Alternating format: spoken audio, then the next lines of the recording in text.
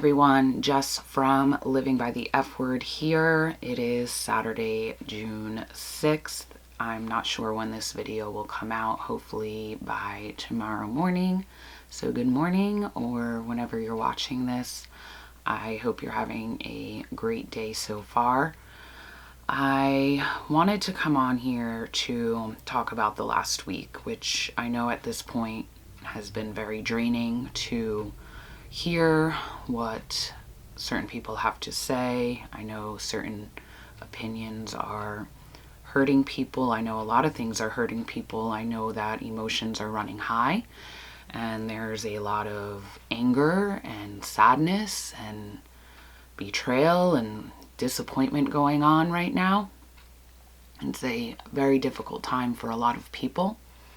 But I really think it's important that I talk about some things I've realized about myself and how I can move forward to support the Black Lives Matter cause. First of all, I have not, as far as I know, lost any friends over this topic. I've been reading what everyone has to say. I've been, listening to what a lot of the powerful Black voices out there have been having to say, and I've been sharing a lot of these stories and videos on my Instagram stories reel, which I'm going to later on add to my highlights so that those resources can be found. I personally have not marched in a protest yet, and there's some reasons behind that. I think that I really had to dig deep into myself. This might be a difficult video for some people to listen to or watch. I hope you hear me out, and I hope that you, if there's anything that inspires you or anything that you want to talk about, please maybe write it down on the side and leave it for the end. And I hope you listen to me in full, because I know this video is probably going to be all over the place. There's a lot of points I want to bring up, and I hope I hit them all. I'm gonna just try to kind of speak from the heart. I just meditated, and I'm feeling really good about talking about all this with you guys. And yesterday, which was Friday, was really the first day where I felt like I got my life back and was productive. The whole rest of the week, I was just drowned in social media and reading what people had to say and listening to what people had to say, really thinking about my choices as a white person. And really, I was just thinking about how has it gotten this far that in 2020 it is still like this. But then I really had to start thinking about like myself and like moments where something racist occurred, but I didn't stand up for someone. And as a white person, that's what needs to happen right now, because that is what is going to change things. I commend you if you're protesting. I commend you if you are supporting this cause by sharing ways to donate. I have not personally donated yet because, quite frankly, I think I need to re-educate myself about the Black community and about Black people, and I need to relearn history all over again, because I feel like I was taught some sugar-coated things, and I think that a lot of Americans are, especially if you're from a predominantly white town. This has been really a hard week for many people, and I know that especially the Black community, I will never understand what you have been feeling for so long and what you've been trying to tell us for so long and trying to tell this country and the world for so long. And I just can't believe it has taken this long for this type of movement to come about, and for me to actually even speak on this, because I feel like I was in a bubble. I really do. Let me go by saying I had a conversation with my grandpa the other day, and he told me that something he thinks that the United States has lost over the years is honesty. And I couldn't agree more with that. He said that it started within big corporations, that, you know, people used to be held accountable for things, but then all of a sudden you were able to lie and there were really no repercussions. And I feel like that is what's happening a lot when we see these deaths within the Black community, especially the police brutality. There's really no honesty anymore within our system. I personally have felt like my experiences, even with police officers, there's been dishonesty. I'm gonna leave that there because I don't want to go too much into this, because the real topic here is the racism in the country. I don't think that this movement is about, you know, if you're for this movement, you're against police officers. I think it's just about the injustice that is going on, and how people are getting targeted, and how, you know, it just continues to happen and kind of gets swept under the rug. And you know, many of these deaths that I've you know, been seeing people share about, I didn't even really know about. I mean, really, I really didn't even know about them. They don't even make it that big of a deal. And that is the problem, and that is why Black Lives Matter started. But I think people need to start just seeing that as like, Black Lives Matter too, you know? And all lives aren't gonna matter until everyone's lives start mattering. So I want to get into some personal self-reflection that I've been doing this week, which I thought was step one for me personally. Now, I did participate in Blackout Tuesday on Tuesday, which quite honestly backfired. If you're unfamiliar, Blackout Tuesday was created by two Black women within the music industry, and it was, you know, supposed to be a positive movement where people in the music industry stopped their normal way of life, their normal daily routine of posting about their brand, their company, you know, their record label, whatever, to honor the people within the Black community, to get their voices out. But it completely backfired, and the reason why, I think, is because if you think about the music industry as a whole, that's a lot of people within that community. You have artists, and then you have record labels, and you have managers, and you have, you know, entertainment groups, and then you have venues, and then you have bloggers and YouTubers and content creators such as myself, and the fan base even. And then you have clothing companies that, you know, make festival wear, and so it kind of spread like rapid fire. And then I think it turned into anyone who is not Black. I think it was like their way of showing like, hey, I support you guys, you know? It was like their first move or their first step to acknowledging like, wow, this is a problem and I want to help. But, you know, too many people ended up hashtagging Black Lives Matter, and it turned into a whole black screen, and it just got out of control. And then all these, you know, powerful Black activists, their voices were getting drowned in the sea of hashtags, and it was just a mess. You know, I posted that I was going to stay muted, but not about Black Lives Matter movement, and so that's why I kept continuing to post videos and stories and articles on my Instagram stories. I was still sharing articles. After that, I posted another photo. After I posted this was really when I started self-reflecting on my own personal experiences. And that really resonated with me, because I feel like that's what I need to do first is, you know, honor the people I care about that are in my life, of, you know, that are of color. You know, you really any race. I have many friends that are, you know, all different, from all different backgrounds. And so I started having this self-realization that I need to do my part better.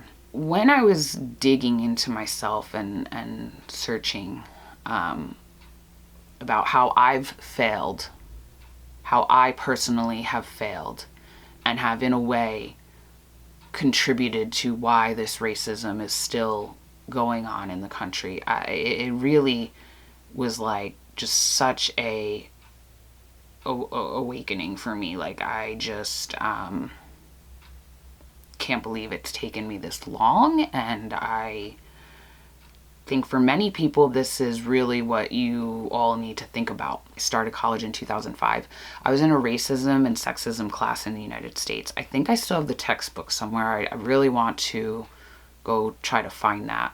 I ended up doing a whole video about, you know, gay rights and interviewing my cousin who's gay. And I just loved that class because it really was pretty eye-opening. And the university I went to was very diverse, and I was in a sorority, and the Greek life was very diverse there. I mean, there was many multicultural sororities and fraternities at my school. And so, I mean, I just loved it. I just loved everyone, really. So now it's, 2008 or 2009. I think it's 2009, which was pretty much like my last year of college, yeah. And I lived in a sorority house with my sorority sisters. This is like the first time I feel like I can think back to a time where I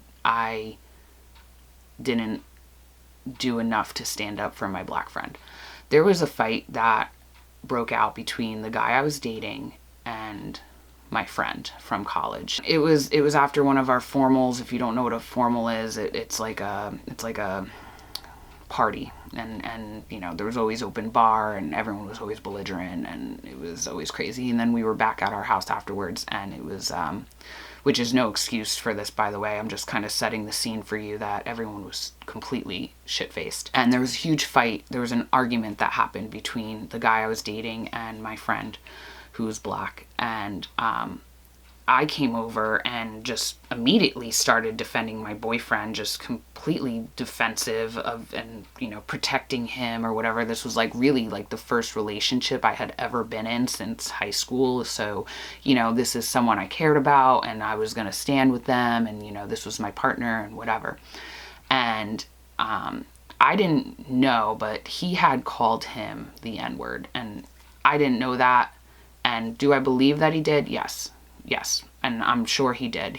This was a person that just, and so this massive fight, I mean, this fight was so bad, guys, that I tried to go up. We were all down in the basement. I was trying to go up the basement stairs. People were trying to grab me. I pushed people. I pushed one of my pledge sisters, you know, basically down the stairs. She hit her head. It was a really nasty moment. In fact, a lot of moments within that relationship with that guy really, a lot of my ugliness came out with that relationship. There was a lot of ugly, nasty things that came out with me in that relationship, even after the fact. So one of my sorority sisters told me I was a racist because my boyfriend at the time had said that, and because I obviously defended him, which I didn't even know that he said that. But it wasn't even that. It was the fact that I stayed with him after this, even though I know in my heart I would never call someone that. I would never ever even, that word would never even come out of my mouth. Even though I knew that I personally would never say that, staying with him was almost like showing that that behavior was acceptable, and it is not. But I stayed with him. And even though, you know, I apologized and tried to smooth things out after the fact, I think me staying with him was the kind of like the side I chose, which, you know, for a lot of people hearing this, I'm sure is like kind of like, how could you have even supported him and stayed with him after that? Which, right, and this is kind of like this oblivious nature that a lot of white people have. Like, you don't even like think. Thinking about this was really like, wow, I fucked up. I 100% fucked up. What's interesting about this is that that relationship, which obviously ended, and you know, we are talking about over a decade ago, which I know is no excuse, but I'm just trying to give you a timeline here, because I'm sure many people that are watching this are probably like, what the fuck? Because a lot of people know, like, I'm a flight attendant. I work with a lot of people from a lot of different backgrounds. I love a lot of my coworkers. I love my customers. I'm very well traveled at this point now in my life, so I'm sure this is kind of like a shock to some people listening. This leads me to where I really realized that I was like kind of in a bubble. So that relationship ironically led me to my entire festival life and being part of the rave scene and festival community and all that. That particular guy actually listened to house music. Ironic, right? Since house music came from Black culture. And he sang the shit that he said. Whatever. I used to actually not like house music because I used to associate it with him, because whenever we would argue towards the end of our relationship, when we were arguing more, he would, you know, blast it. And so I like associated it with him and like arguing, and like I didn't like it at first. But anyways, then I ended up starting to actually listen to these artists, and I started getting into shape, and I decided to go to Ultra Music Festival. And that was one of the first rave festivals that I went to. And I stayed in a hostel, and some of you already know the story. I stayed in a hostel, and it was pretty much life-changing for me. It was when I really started to travel. And there was a moment where I was speaking with my friend who is of Indian descent, but he was from England. He had an English accent, and we were, you know, talking about some things, and he said where he lived and all that. And honestly, guys, I'm just so embarrassed to even say this. But all this stuff is important to say. It's so important for people to start speaking out on stuff like this, because this is what I think a lot of America doesn't realize, or a lot of the world doesn't realize, is that people are really sheltered in America and in their own world. So he said where he was from, and I said some, you know, in England, the town he's from or something. And I was like, you don't look English. Guys, I'm not kidding. Like, I really was that clueless that, you know, I felt like people in America were in America. I felt like people that, you know, lived in India. People that lived in England, even though he had an English, like, guys, I'm not even kidding. I know this is so fucking embarrassing to even say out loud, so I really hope people continue to listen and stay friends with me after this. But he looked at me like, you can't be serious, you know? And I kind of played it off like, oh, I'm just joking. But it was like in that moment where I was like, yo, I'm so fucking sheltered. I am living in a bubble. I had barely ever left New Jersey. You know, I barely traveled around the United States even to even like realize, like, I was so like, I love America, USA, woo. And like, didn't even fucking realize where I was from, my history, like, anywhere else around the world, the history. Like, that was like an awakening for me too. I was like, yo, I need to start traveling and learning and educating myself. And that's really how I started traveling. So now we move into, you know, 2013 and 2014 was when I really was traveling all over the place and really starting to understand other cultures, and I just was loving it. And that was also when Black Lives Matter movement started. And I feel like I didn't even really hear about the Black Lives Matter movement until even later on, until probably like 2015 or 2016. You know, and I didn't, you know, like a lot of people right now, I mean, well, there's a lot of people that obviously do understand it and support it, but I'm saying there's a lot of people that still don't understand what it means. You know, I kind of was like, okay, Black Lives Matter. Yeah, they do matter, you know, but like in my head, I was like, you know, everyone matters, right?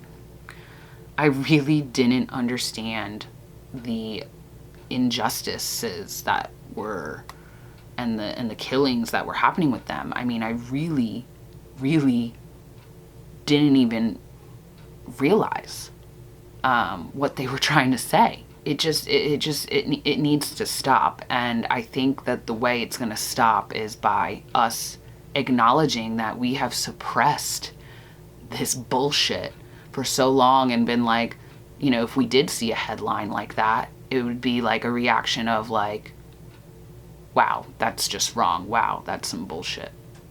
Move on, carry on. And that's why now everyone's like, no, fuck this shit. We are fucking stopping this shit. This is fucking bullshit that this keeps happening. Like, why the fuck does this keep happening? But why did it take so long? You know, black people have been trying to tell us this for so long, and no one cared. Oh my God. Guys, this week has been so hard. I know that I can't even imagine how hard it has been for like my black friends and really anyone that isn't white. But even, I'm telling you, white people are feeling disappointed in themselves. I know I'm disappointed in myself. I know I'm saddened that it has taken me this long to defend you and to realize these things. There was another moment that happened where I feel like I could have, you know, stood up for you know, racism, and that was more recently when I was working a flight. It must have been at the end. It must have been like February, maybe towards the end of February, or maybe it was the beginning of March, right when coronavirus was, you know, it was known in the United States, but no one was, you know, it wasn't being taken seriously. And so the planes were still pretty full. And, you know, this family came on. It was a family of 4, and they had masks on, and they were of Asian descent. And then following them, after they sat down, like the 2 kids sat somewhere, and then the parents sat, you know, kind of few back diagonal from them. But behind them was a group of white men, and, you know, kind of probably around my age, like, you know, in their 30s or something, a group of friends. And one of them, you know, and I was in the aisle because it was my job to be, you know, doing the luggage and everything. One of them just made this like face of, like, he scuffed, you know, when he saw them with the masks on and everything. And, you know, there was a lot of Asian brutality because of coronavirus. Because obviously the virus started in China and then has spread. And so there's been a lot of people of Asian descent, even if, you know, they're Korean or whatever, not even Chinese, even if they're Japanese, whatever, that have been getting backlash because of this from white people, racist white people. And so he scuffed. And, you know, I knew that he was like about them. And what did I do? I did nothing.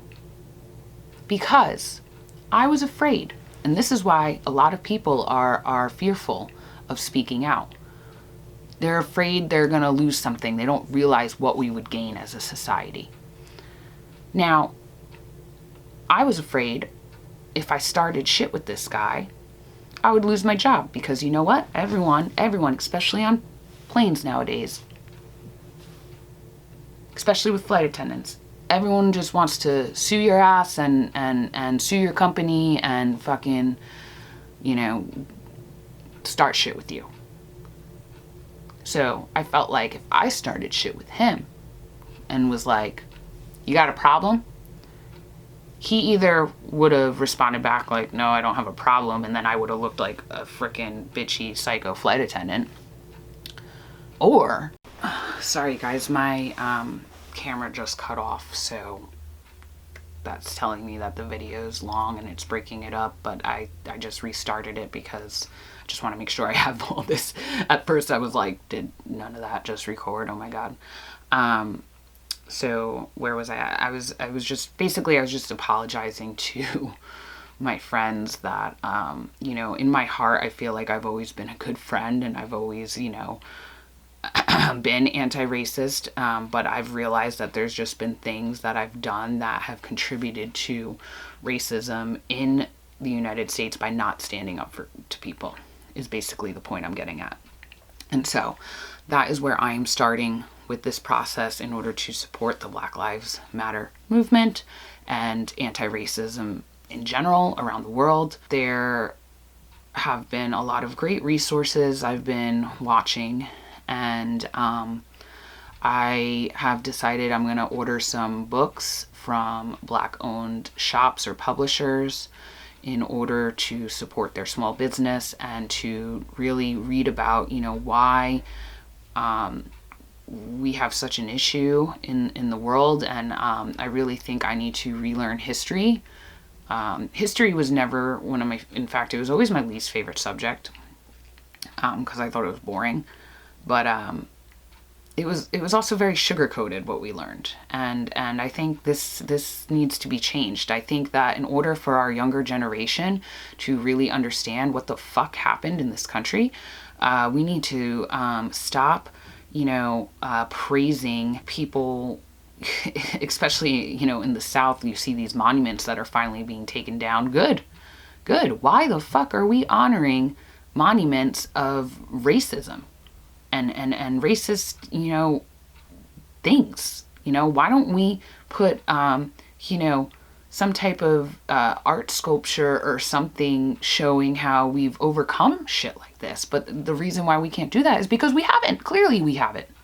So, yeah, I think we have a lot to work on. Like, you know, just because these officers have now been charged, how about all the other officers that have been walking freely for years, that have killed people that, you know, were just doing, you know, normal things, sleeping at home, going for a jog, you know, all that type of shit, and were murdered, and these officers are still walking freely. I mean, yeah, justice needs to be served. Like, enough of this. Like, this has been really such a reality check. And, you know, once again, I'm sorry if I disappointed anyone in any way. And I hope that this has inspired some people to self-reflect on how they have, you know, wronged their friends without even really realizing it. I hope that we can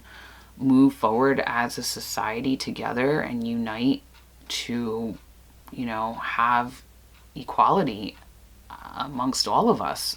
Yeah, so I guess that's pretty much all I have to say. I think I've said a lot. I could always hop back on and do another video, but I really feel like I had to discuss this with all of you before I started putting out my regular YouTube content. I really felt like I really had to talk about my wrongs and how I'm going to make it right in the future. And I'm going to make it right by standing up for people, and I'm going to make it right by standing up to anyone really that does any type of racist behavior or says a racist joke or anything. That is how I am going to move forward. I'm going to re-educate myself. I'm going to read books. I'm going to find out why it's so uncomfortable for white people to talk about racism and why it's taken us so fucking long to really understand this shit. You know, and then I do want to do something positive in retrospect of, you know, raising money or something, but like, I'm not gonna blast, you know, places to donate when I really don't have the knowledge yet. And I'm not saying that it's wrong that if you have done that. I'm not saying it's wrong because it's information that we all need to know. I'm just saying I personally need to do the research first before I, you know, put up links to, you know, contribute to things. which kind of is one ending point I want to go off of, is I really think we need to stop creating this damned if you do, damned if you don't environment. Because just last week, if you were white and you were silent and not saying anything, you were part of the problem. But then if you were participating in Blackout Tuesday and only posting a black square, you were part of the problem. I think that, as many people don't realize, that black square for a lot of people was the first step for them. Their first step to acknowledging that, okay, shit's fucked up and I'm going to stand with you and support you. I hope all this makes sense.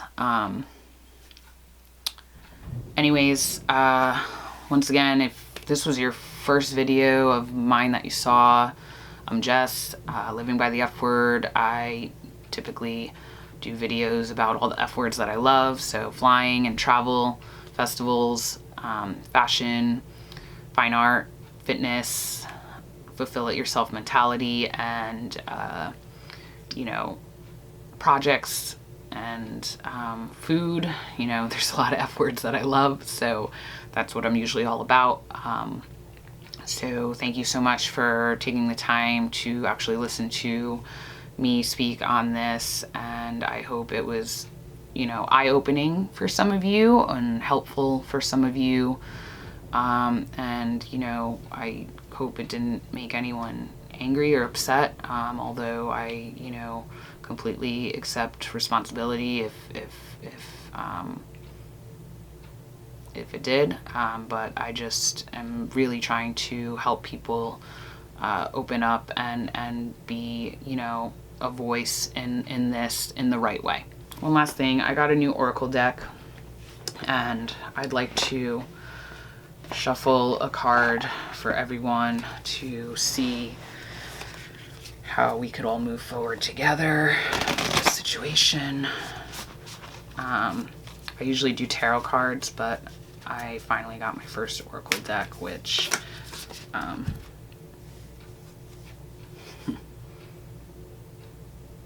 can you guys see that?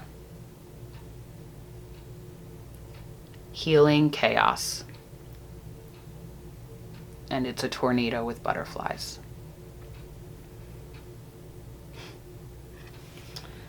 Wow. The Sacred Landscape wants you to know, when you receive this card, it acknowledges potential chaos or the need for chaos.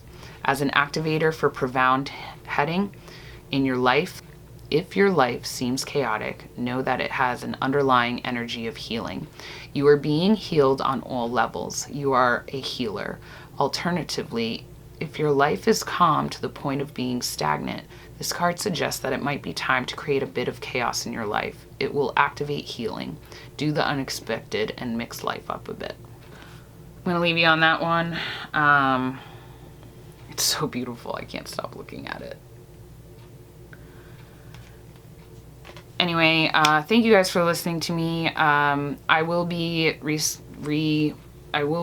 coming out with my regular scheduled content that was supposed to come out this last week, which is a Get to Know Me series. And the reason why I'm doing that is because it is my 1 month, June is the 1 year anniversary of me starting my YouTube channel.